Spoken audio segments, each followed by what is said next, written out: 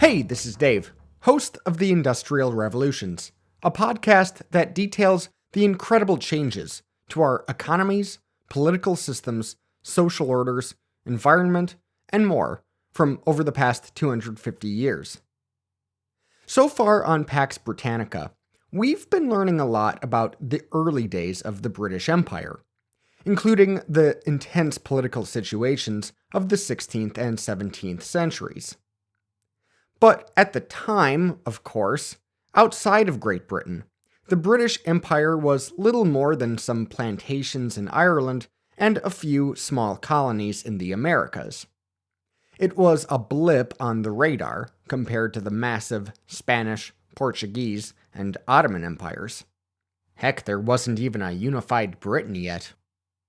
So, how did this fractured island turn into the hegemonic global empire of the Victorian era? Well, a big part of it was the Industrial Revolution. The first Industrial Revolution, to be precise. It began in Great Britain and gave that country the military dominance and financial health it needed for imperial expansion. So, while all the religious debates and parliamentary battles and court intrigues of the Tudors and Stuarts were unfurling, there were also a lot of changes taking place in everyday life. Changes in agriculture, labor, finance, and scientific thought, which were all culminating into a grand economic transition. I want to thank Samuel for inviting me here to tell you all about it today. First, to understand Britain's long march into modernity, we need to go all the way back to the Black Death. As awful as it was for the people of the time, the Great Plague effectively ended the stagnant economic situation of the Middle Ages. With the size of the workforce cut maybe as much as in half, the value of labor jumped significantly. Peasants were suddenly in a bargaining position, demanding lower rents and greater freedom of movement. Serfdom slowly died away. Meanwhile, with fewer mouths to feed, the prices of food dropped. Land became less valuable as a result. Some was allowed to just turn back into forest. Some was converted for other agricultural pursuits, like cattle grazing for beef and cheese, which, by the way, were now more affordable and created a higher protein diet, increasing work output. And sheep grazing for wool production. And as it turns out, Britain had a comparative advantage in wool. And since raising sheep required less manpower than cultivating crops, landowners more and more sought to convert their lands into pastures. Now, by the 16th century, the population had fully recovered in numbers from the days of the plague, but the ascent of wool production continued. Peasants were pushed off and fenced off from the lands they used to plant and harvest. This trend was called enclosure, enclosing the land, and by the 1670s, more than 825,000 acres of farmland had been enclosed. Nearly 300 villages were abandoned as a result. The government responded by giving some non-aristocrats their own land. These free, commoner farmers were called yeomen. Between the new farms owned by yeomen and the process of fencing off sheep grazing pastures, England was beginning to establish the right of private property as we think of it today.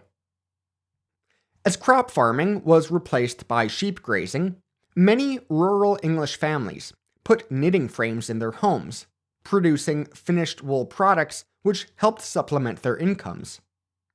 Merchants would buy wool and pay these families to spin and weave it. This cottage industry, organized by the so-called putting out system, marked a major transitionary period. We call it proto-industrialization, or the Industrious Revolution. During this period, it seems that people were genuinely working harder and longer than they used to. Incomes increased, as did demand for new consumer goods. Among the fancy new consumer goods ordinary people were buying were things like plates and chairs. The growth of cottage industry also came during a period of mass migration, as refugees fled religious persecution in France and the incredible violence of the 30 Years' War across the continent. These newcomers brought new textile production techniques and other commercial insights from across Europe to England. And it was textiles that would be the key industry to undergo revolution later on, in the giant mills of mass production, as the technologies for producing cloths and fabrics became more advanced. Additionally, as more land was converted to pasture, the availability of wood fell dramatically. By the mid-16th century, the scarcity of wood was beginning to alarm the English, as well as the Scots. It became a frequent topic of discussion in Parliament, which actually passed several acts to preserve timber resources, all to quite limited success. Wood was important for fires, not only to keep families warm in the winter, but also for a variety of economic activities, from metallurgy to brewing. There was an alternative to burning wood, of course. You could burn coal instead. And as it happens, Britain had ample coal resources. So much so that some historians believe it was the availability and geography of Britain's coal that allowed the Industrial Revolution to start there. Throughout the 17th century, the British significantly increased their coal output. As the need for coal grew, new solutions were needed for mining and transporting it. For example, by the 1660s, some mine operators started laying down strips of wood that could guide horse-drawn carts full of coal out of the mines. These were the first railways. Later in the 18th century, the peculiar Duke of Bridgewater would build a canal to transport coal from his mines to the growing textile towns and cities of Lancashire. So began a period called Canal Mania, when the Brits constructed some 4,000 miles of canals, allowing for faster commerce to keep up with the efficiencies of mass-produced textiles. And the more digging needed to extract coal, the more miners ran into the problem of flooding. So technological advances were made to improve the pumps draining the mines. These innovations led to the first modern steam engines. Now, in many ways, coal was not as good as wood. The chemical impurities would ruin a lot of the beer it helped brew and the iron it helped smelt. But brewers and ironworkers figured out how to get around these problems by baking the coal first, thereby removing the impurities, creating a new substance called coke. Now, ever since the late Middle Ages, the demand for iron production was rising, due to the growing importance of cannons and cannonballs in warfare. With coke, Britain's ironmasters could start producing better iron going into the 18th century, and finding new uses for it, like sturdier machines and stronger building frames. From the 16th to 18th centuries, war helped lead to the principles of mass production too. Shipbuilders needed to develop more efficient sawmills. Gunsmiths needed to improve precision for interchangeability and mass assembly. Chemical manufacturers needed to improve their production techniques to supply the marching armies with soap, as well as dyes and bleaches for military uniforms.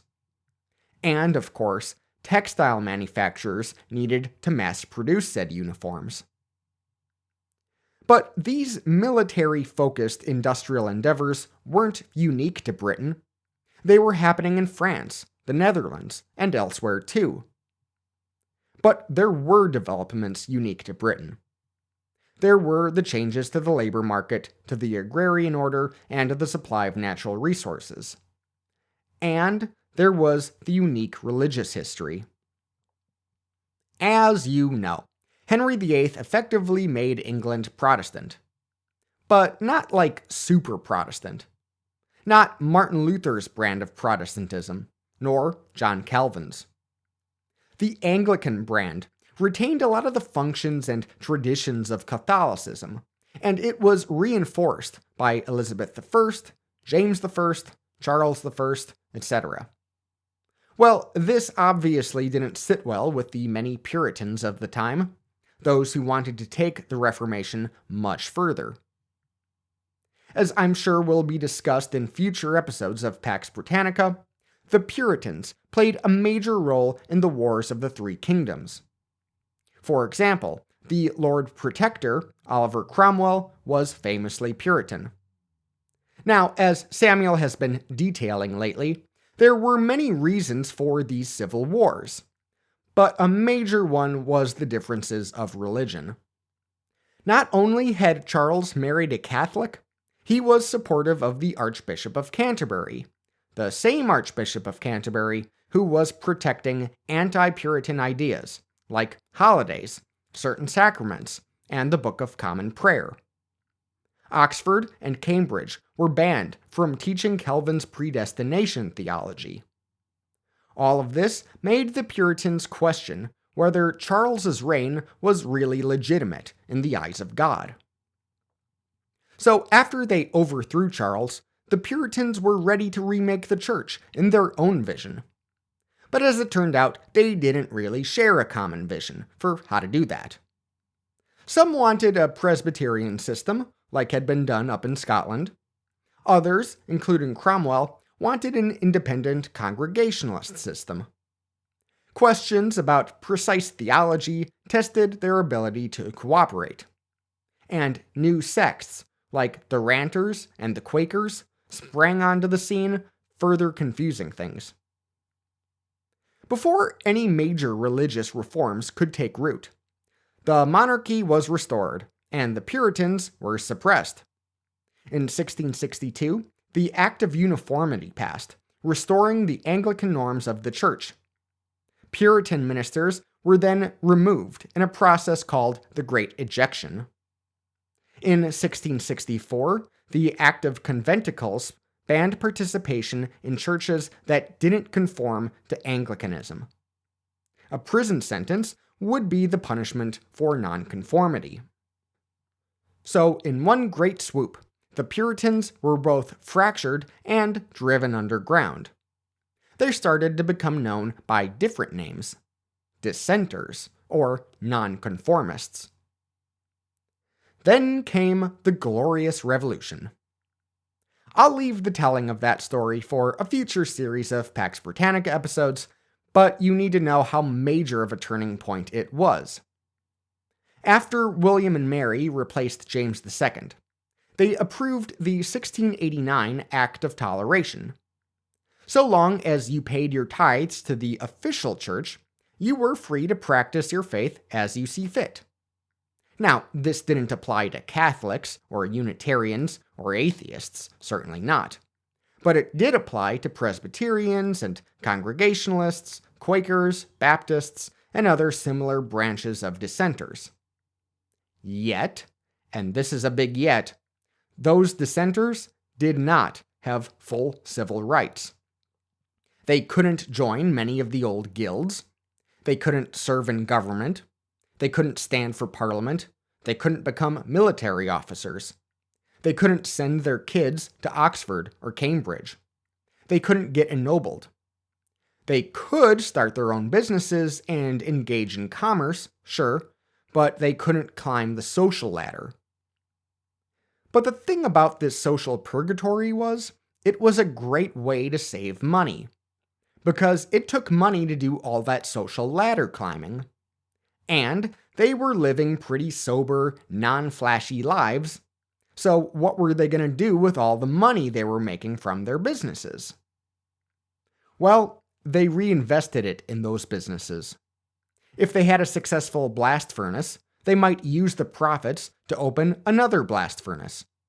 If they had a successful gun manufacturing business, they might use the profits to hire some more workers. If they had a successful textile operation going in their cottage, they might reinvest some of those profits into new, more productive machinery. All along the way, they accumulated a massive amount of what we call capital. This is how Britain's unique religious history gave us capitalism. When the Industrial Revolution came along in the 18th century, most industrialists came from these nonconformist Protestant denominations. And the Glorious Revolution made the Industrial Revolution possible in other ways too. As the Dutch stadtholder, William of Orange, became King of England, Scotland, and Ireland, many Dutch ideas followed. Among them was a new bank, the Bank of England. So, among the Presbyterians who had fled Britain after the Wars of the Three Kingdoms was a Scotsman named William Paterson. After spending some time down in the Caribbean, he settled in Amsterdam, and he took note of the innovative financial practices of the bank there. Practices like issuing banknotes in exchange for bullion, banknotes which could then be used as currency throughout the city. When the Glorious Revolution came, Paterson followed William and Mary back to Britain. There he spent 3 years developing the Bank of England, which finally opened in 1694. Not only did it issue banknotes like the Bank of Amsterdam, it also lent money to the state. The soon-to-be combined Kingdom of Great Britain needed to borrow money at low interest rates to build up its army and navy and keep the French in check. Not only did this give rise to Britain's global dominance over other European powers, but in the process, the army and navy spent loads of money on weapons and supplies from British manufacturers and merchants, especially around Birmingham. This has been called war capitalism, and as it grew with paper money, finance grew, and financing of other industrial pursuits came along. Textile mills, coal mines, chemical plants, machine tools, and more. Central banking created the conditions for manufacturing as we know it, while simultaneously stabilizing national politics. Britain was transitioning into a constitutional monarchy. And finally, an age of enlightenment was underway. This included political thinkers like Thomas Hobbes and John Locke, influenced by the battle of ideas in the English Civil War. But it also, perhaps more importantly, included scientific thinkers like Sir Isaac Newton, Robert Hooke, and everyone else in the Royal Society. Their insights were passed around and, in some cases, adapted in new technologies. And by the mid-18th century, the scientific breakthroughs, availability of capital resources, new uses of natural resources, and general political stability began snowballing into an era of new inventions and scaling up. The Industrial Revolution took off. Despite British efforts to keep this economic transformation all to themselves, other countries actually sent spies there to figure out what they were doing right. By the early 19th century, industrialization had spread to continental Europe and to the new United States. Over the next 200 years, it changed everything about human existence. In the 10,000 years leading up to that transition, the economy would rise and fall with the success of harvests. Our social structures remained unchanged, with a few people leading as kings or warriors or priests. But most of us were getting by as peasant farmers, working craftspeople, or slaves, if not still as hunter-gatherers. Since the Industrial Revolution, we as human beings have changed the way we see romance, healthcare, and politics. We work differently, pray differently, eat differently, and even sleep differently than we used to. We've created megacities with giant skyscrapers. We can get from one side of the planet to the other in just hours. It's even possible that we are simultaneously on the verge of both defeating death with advancements in medicine and the digitalization of consciousness, and defeating life on this planet with a climate crisis and nuclear weapons.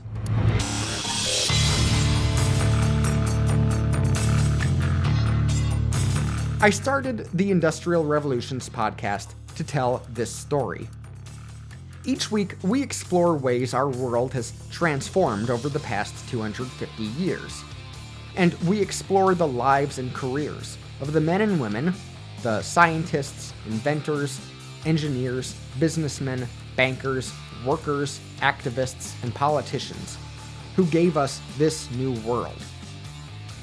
If this is a subject you're interested in, please check out the Industrial Revolutions on whatever app you're using to hear Pax Britannica, or visit industrialrevolutionspod.com. Thank you.